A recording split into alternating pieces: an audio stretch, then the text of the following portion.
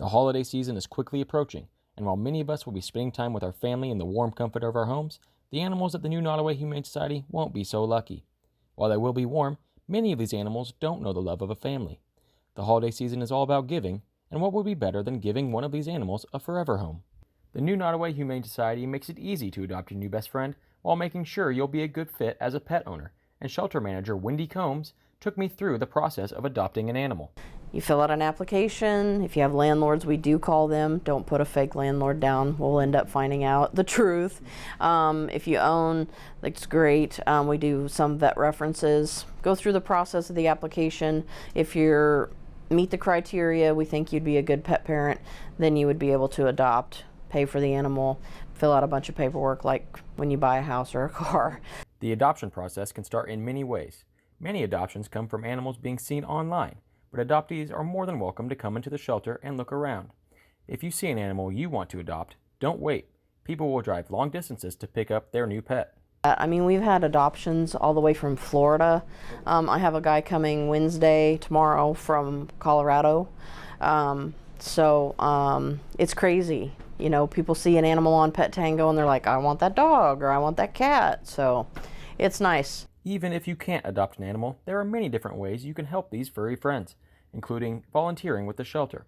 To volunteer, you will take a 30-minute class and obtain a volunteer pass that allows you to walk dogs, play with cats, as well as help out any way you can around the shelter. With many volunteers heading home for winter break, volunteer Noah Iwig wants to make sure the animals are still cared for over winter. Come spend time with them. I know not everyone is fortunate enough to adopt and whatnot, so just come spend time with the animals, get them out of their cages, even if it's for 20 minutes. That 20 minutes means a lot to them.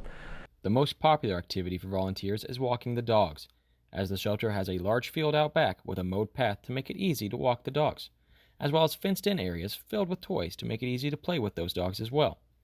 Volunteers can also spend time in the cat room, hanging out with them, giving them treats, and feeding them if need be.